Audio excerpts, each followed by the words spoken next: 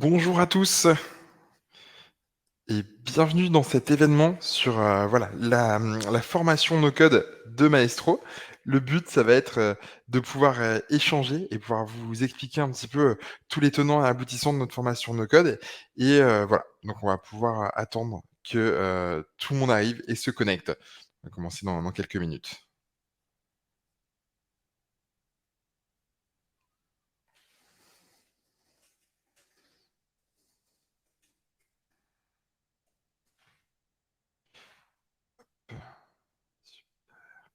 Alors bonjour Alban, bonjour Chana.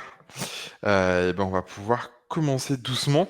Je voulais, déjà, vous présenter une des facettes du no-code, heu, sur la question suivante: comment est-ce qu'on peut développer une plateforme digitale sans savoir coder avec les outils no-code?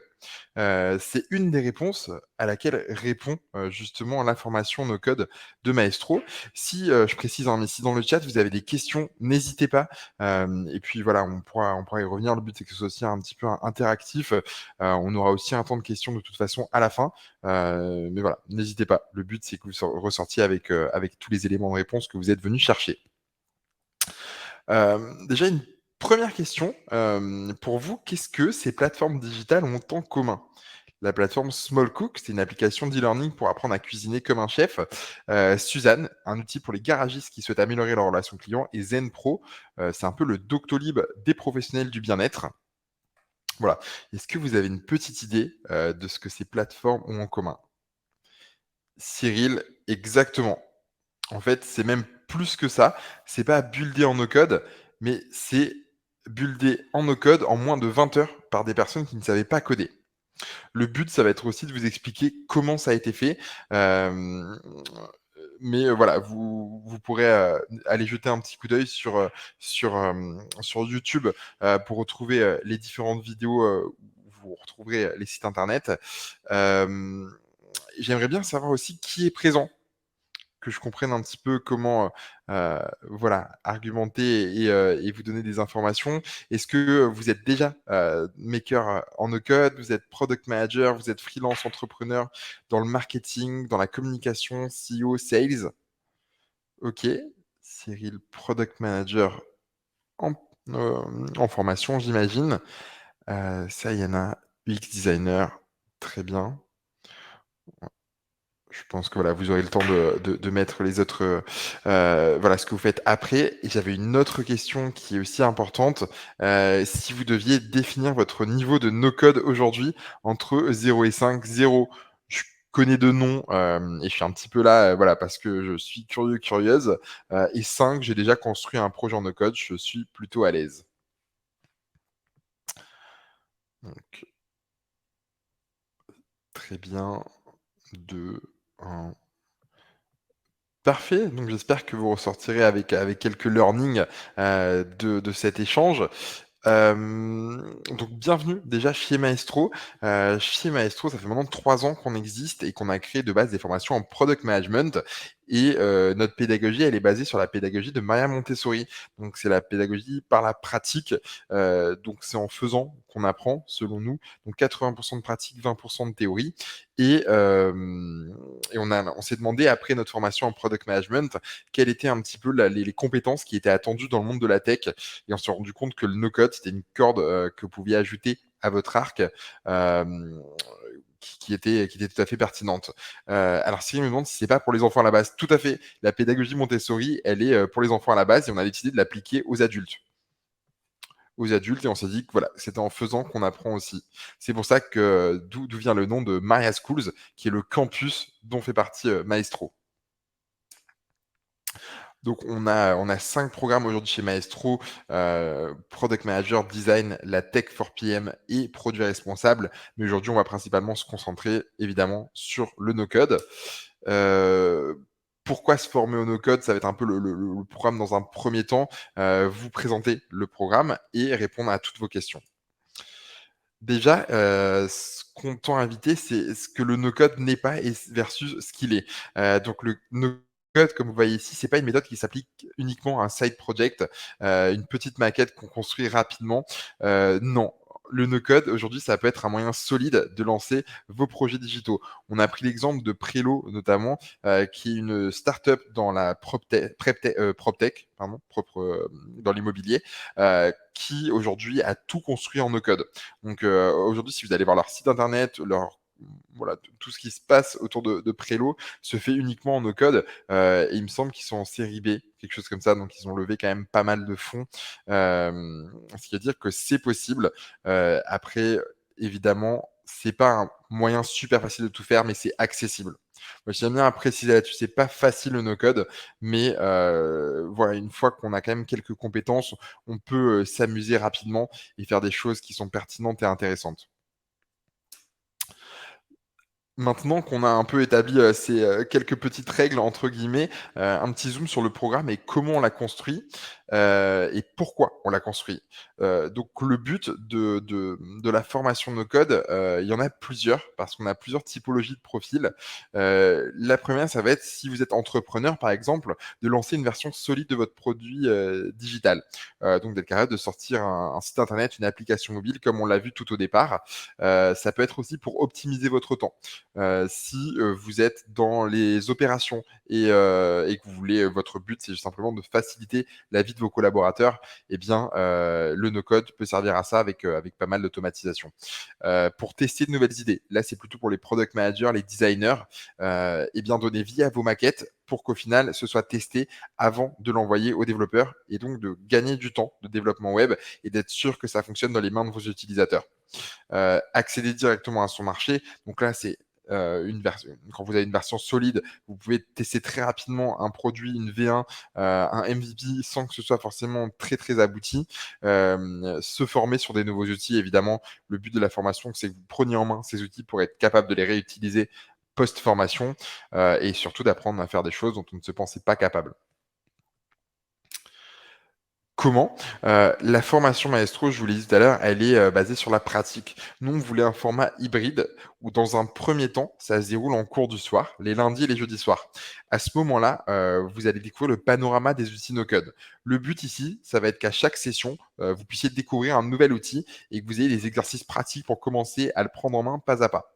Donc vous connectez sur Zoom, par exemple, lors de la deuxième session, on va avoir Airtable.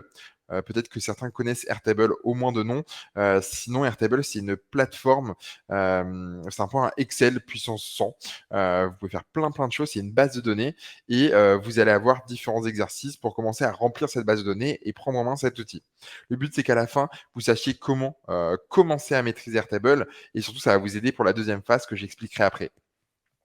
Donc vous vous connectez, vous allez découvrir différents outils. Je vous donnerai des exemples juste après.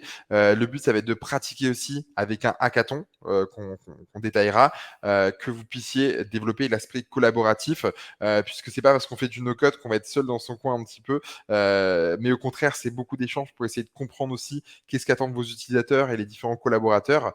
Et c'est rythmé puisqu'en fait, ça va quand même assez vite. À chaque session, un nouvel outil et après, on passe sur une phase de pratique à 100%, qu'on va détailler juste ici. Donc le programme, dans un premier temps, ça va être, je vous l'ai dit, les bases du no-code. Donc la première session est autour de l'introduction au no-code et aux produits. Après, on va à la partie base de données API avec du Airtable. Vous avez une petite session de code, comment utiliser HTML5 et CSS3. Pourquoi on a voulu mettre du code ici? Tout simplement parce que, pour que vous compreniez ce qui se passe derrière. C'est accessible nos codes, mais vous pourriez aller encore plus loin si vous comprenez les défis, que peuvent rencontrer, eh bien, les outils que vous allez utiliser. La partie data automation et gross marketing ops automation, là, vous allez voir des outils aussi, d'automatisation tels que, Zapier Make, et des outils aussi comme Bravo Studio ou Glide pour du front. À la fin de ces 2 premières parties, là, vous avez vu, un panorama assez global de ce qui se fait en no code et on passe à la deuxième partie qui est selon moi la plus intéressante, c'est la partie hackathon.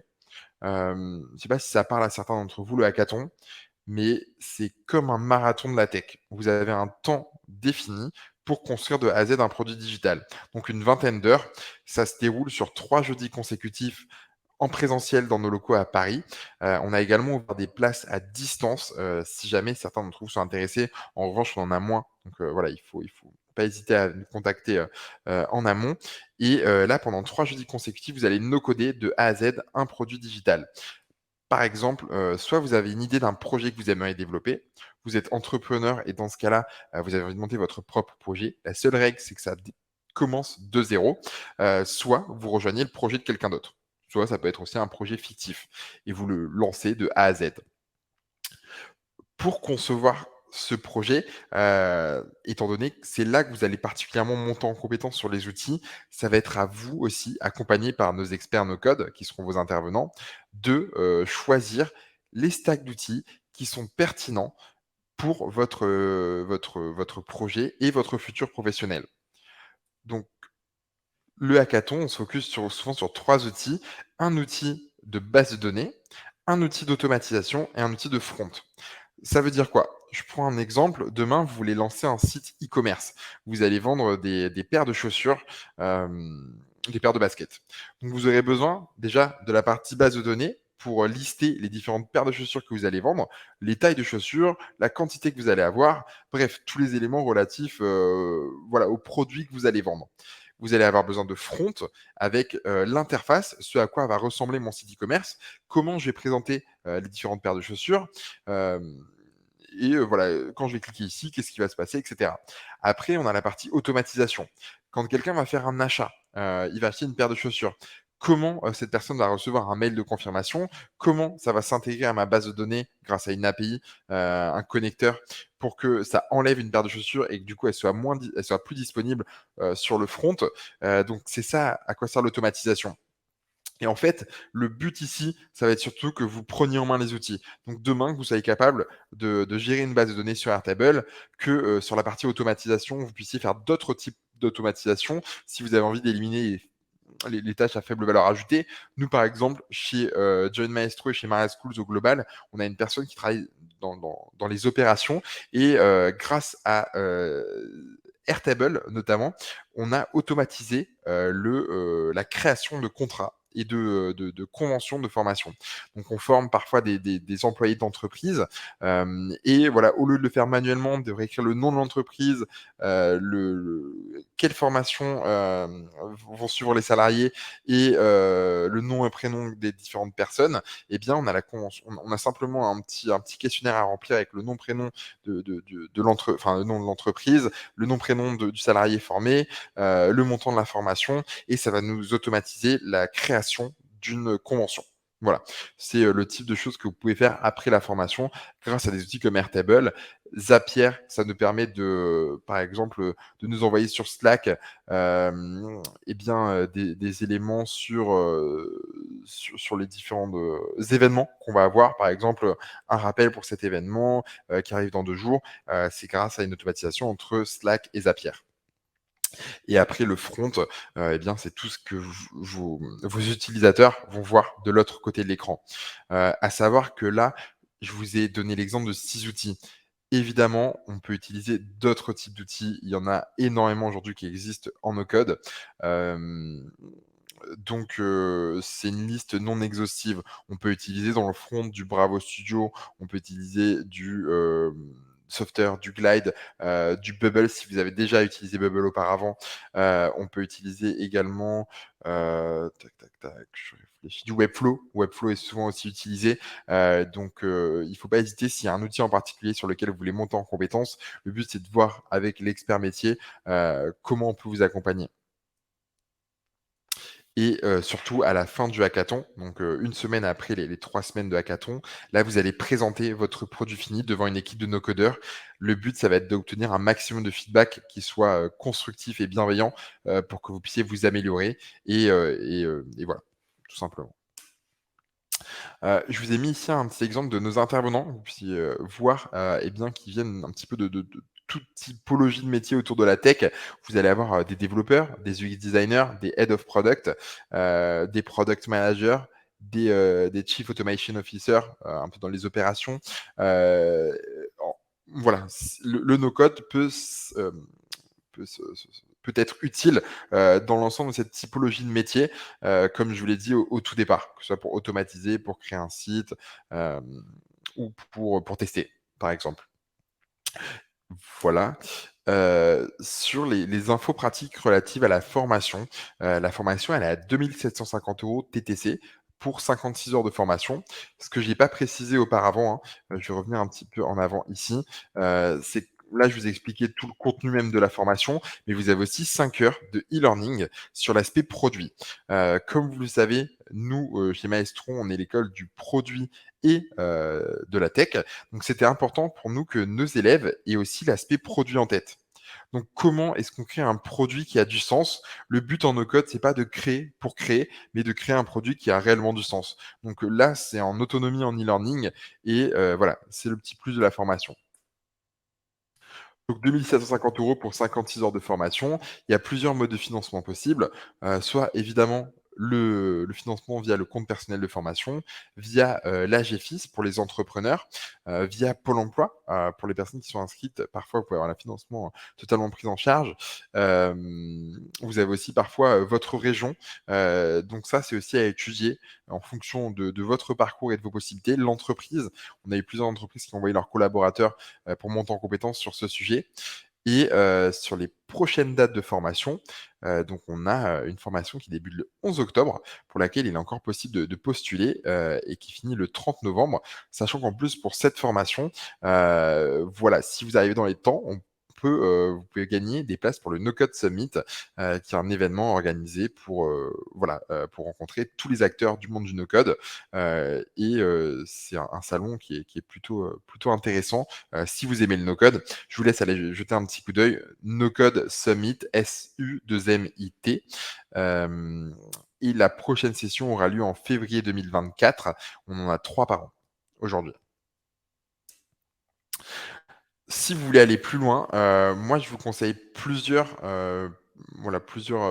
articles, plusieurs liens. Donc déjà le test «Es-tu fait pour le no code?»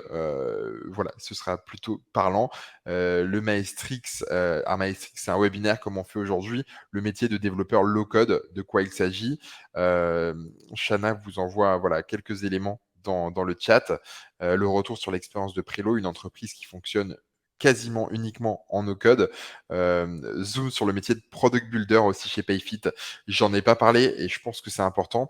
Mais si vous travaillez dans le produit et que vous avez cette casquette no code, il y a de plus en plus de postes qui s'ouvrent en product builder. Donc c'est un product manager mais qui va aussi créer en no code le produit pour lequel il est product manager. Et souvent, c'est pour de l'interne. Par exemple, nous, on avait un product builder quand je travaillais dans le recrutement, où le but c'était de créer une plateforme qui aidait à mieux chasser entre guillemets les profils qu'on sélectionnait. Donc le but ça va être de faire gagner du temps sur l'automatisation des messages, etc. Donc c'est un métier qui voilà qui est de plus en plus en recherche aujourd'hui. Alors, je vous remercie pour votre attention. Si vous avez des questions, c'est le moment. N'hésitez pas à les envoyer dans le chat. On a voilà, maximum une dizaine de minutes pour répondre à ces questions. Shana va également vous envoyer le lien de notre agenda à Thomas et moi. Thomas, c'est mon binôme avec qui on travaille pour les admissions au sein du bootcamp No Code. Donc n'hésitez pas à prendre rendez-vous pour qu'on puisse discuter de votre projet en particulier et voilà, soit revenir sur des points qui sont pas forcément très clairs ou aller plus loin. Et, euh, et voilà, je pense que c'était merci Alban, du coup, si c'était clair, pour toi, parfait. Heu, Avec plaisir, Sonia également. Donc c'est le moment. On peut donc faire la formation pendant qu'on travaille. Alors tout à fait, on a la plupart des personnes qui suivent la formation sont en poste, donc les cours en ligne ont bien lieu le soir, le lundi et jeudi soir de 18 h à 21 h et après c'est 3 jeudis consécutifs en présentiel. Donc là, ça demande un petit peu d'organisation puisque c'est des jours qui sont soit à poser, soit qui peuvent être, entre guillemets «offerts» par l'entreprise, parce que ça fait monter en compétences. Mais oui, surtout sur les 3 journées et après on a un démo day, ce qu'on appelle le démo day, c'est, la présentation finale et ça a lieu en ligne le soir, de 18 h à 21 h. Pour les jeudis, c'est toute la journée. On commence, à 9 h 30 et on finit vers 18 h. Et le but, c'est qu'entre les jeudis, vous ayez aussi itéré un petit peu sur votre produit et que vous reveniez le jeudi d'après avec pas mal de questions pour les intervenants et surtout que vous ayez avancé sur, voilà, sur votre site internet ou appli mobile. Hem et sachant que nos intervenants sont aussi dispo dans tous les cas entre les jeudis sur Slack. C'est un outil qu'on utilise beaucoup chez Maestro, donc faut pas hésiter à leur envoyer un petit message si jamais il y a quelque chose qui est pas clair ou si vous êtes bloqué sur un point. Ce qui est intéressant, c'est que vous avez aussi une grosse communauté no code, donc si un jour vous êtes bloqué, sur un élément, le Slack notamment de Maestro, vous avez, voilà, je crois que près de 200 ou 300 personnes qui sont rien que sur l'onglet no code. Et sinon, vous avez 5000 alumni sur la partie product que vous pouvez mobiliser au besoin.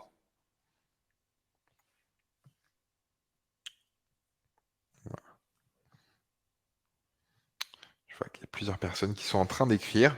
Je vais attendre un petit peu si vous avez d'autres questions. Vous avez aussi voilà, mon email. Si jamais vous avez des questions, vous pouvez les écrire directement ici.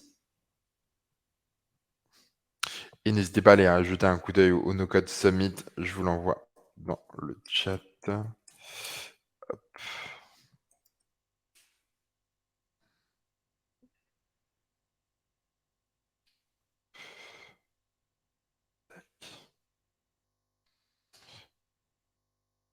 Alors, en effet, alors je vais commencer par Selena. Comme il y a beaucoup d'outils no code, si on se forme sur quelques outils pour commencer, on peut ensuite transférer ses connaissances pour prendre en main d'autres outils par la suite. Tout à fait. En fait, le but des intervenants, c'est aussi de vous orienter sur les outils que vous pourriez maîtriser à la fin. Je prends l'exemple de l'outil Bubble. Je vous ai dit que vous pouviez le choisir pendant le projet de fin. Oui, en revanche, c'est un outil qui demande une prise en main qui est plus longue. Donc en général, on conseille que vous ayez déjà une prise en main de l'outil auparavant, pour que vous puissiez ressortir avec, de gros learning de l'outil. On préfère que vous ressortiez avec, un outil que vous maîtrisez parfaitement plutôt qu'un outil que vous maîtrisez à moitié. Donc oui, si par exemple tu maîtrises déjà, du Make, pour la partie automatisation, ce sera beaucoup plus facile après d'utiliser, Zapier, qui est un autre outil d'automatisation. Une fois que tu as compris un peu le principe, c'est quand même plus simple. Ça fonctionne un petit peu comme du drag and drop aussi certaines fois le no-code, pas pour tous les outils, mais pour beaucoup. Le drag and drop, c'est voilà, tu prends des éléments que tu vas voilà, mettre pour créer comme des Lego en fait ton site internet. Ça va un petit peu plus loin que ça, mais l'idée est ici. J'espère que j'ai répondu à ta question, Sayana. Sinon, n'hésite pas. H, le coût de la formation, oui, alors je vais le remettre. La formation, elle est à 2 750 € TTC et il y a plusieurs types de financement possibles. Aujourd'hui, on a, je crois que c'était moins de 15 de nos alumni qui paient, de manière personnelle leur formation, puisque tu peux mobiliser ton CPF, tu peux mobiliser, parfois un financement de Pôle emploi, parfois les 2. Tu peux voir auprès de la région, des fois auprès de ta ville. Et sinon, on a aussi des financements personnels sous échelonnement où tu peux échelonner sur plusieurs mensualités sans frais. Voilà, on essaie de trouver des solutions ensemble pour que ce soit pertinent. Mais voilà, si tu veux des conseils plus personnalisés, le mieux, c'est vraiment de ne pas hésiter à prendre rendez-vous H pour qu'on voit en fonction de ton profil, comment on peut envisager une prise en charge. Sachant qu'en moyenne, enfin ça dépend du financement, mais 2 3 semaines avant ou plus tard, c'est bien puisque, parfois ça peut prendre un peu de temps si c'est étudié par Pôle emploi notamment.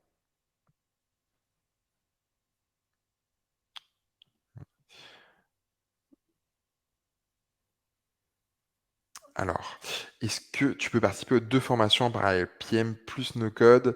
Hem, alors effectivement, il faut les 3 jeudis en présentiel, en fait, risquent d'être, embêtants pour toi, Alban. Moi, ce que je te conseillerais, ce serait plutôt celle de février. Heu, ouais, sinon tu pourras pas être le moment le plus intéressant, c'est les jeudis en présentiel. Donc si jamais tu ne peux pas être présent, tu manques, voilà, la grosse marge de progression, du bootcamp.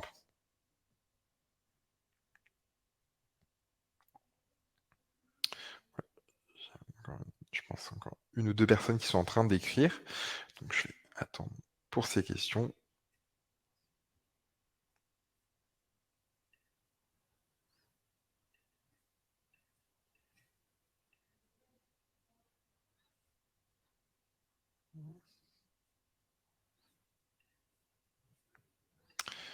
Alors, Est-ce que vous faites des events avec des anciens élèves? Alors oui, on a une communauté de près de 500 alumni chez Maestro, entre le product management, le no-code. Le but, c'est de créer des événements pour que vous puissiez vous rencontrer et profiter du réseau. Là, l'été dernier, en juillet, on a fêté les 3 ans de Maestro, donc le but, c'était de rencontrer un petit peu tout le monde. On organise aussi des tables rondes. On avait organisé une table ronde sur, par exemple, qu'est-ce que ça représente d'être une femme dans le monde de la tech? On fait aussi des apéros parrain-marraine, on fait des apéros alumni, et après voilà, on est toujours aussi preneur si par exemple l'un de nos élèves veut organiser un événement sur un sujet en particulier, que ce soit un webinaire, une table ronde, avec grand plaisir. Mais oui, oui, le but c'est que vous vous rencontriez et si tu es en région parisienne, voilà, ça se fait facilement. On a même l'objectif, voilà, c'est courant de fin de cette année, début d'année prochaine, de commencer aussi à s'exporter dans d'autres villes en France au niveau des événements. On pensait à Nantes, peut-être le sud de la France vers Marseille, Aix et Lyon. Donc oui, le but c'est de faire d'animer cette communauté aussi.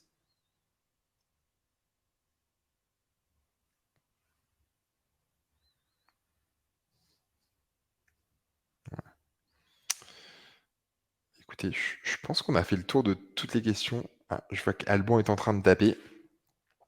OK, avec plaisir Alban, merci pour le compliment. Si vous avez des questions, n'hésitez absolument pas. En général, on vous répond, sous 24 heures au maximum, que ce soit Thomas ou moi et eh bien, on est dans les temps. Donc je vous souhaite un très bon appétit, à bientôt et puis, n'hésitez pas, encore une fois. Au revoir.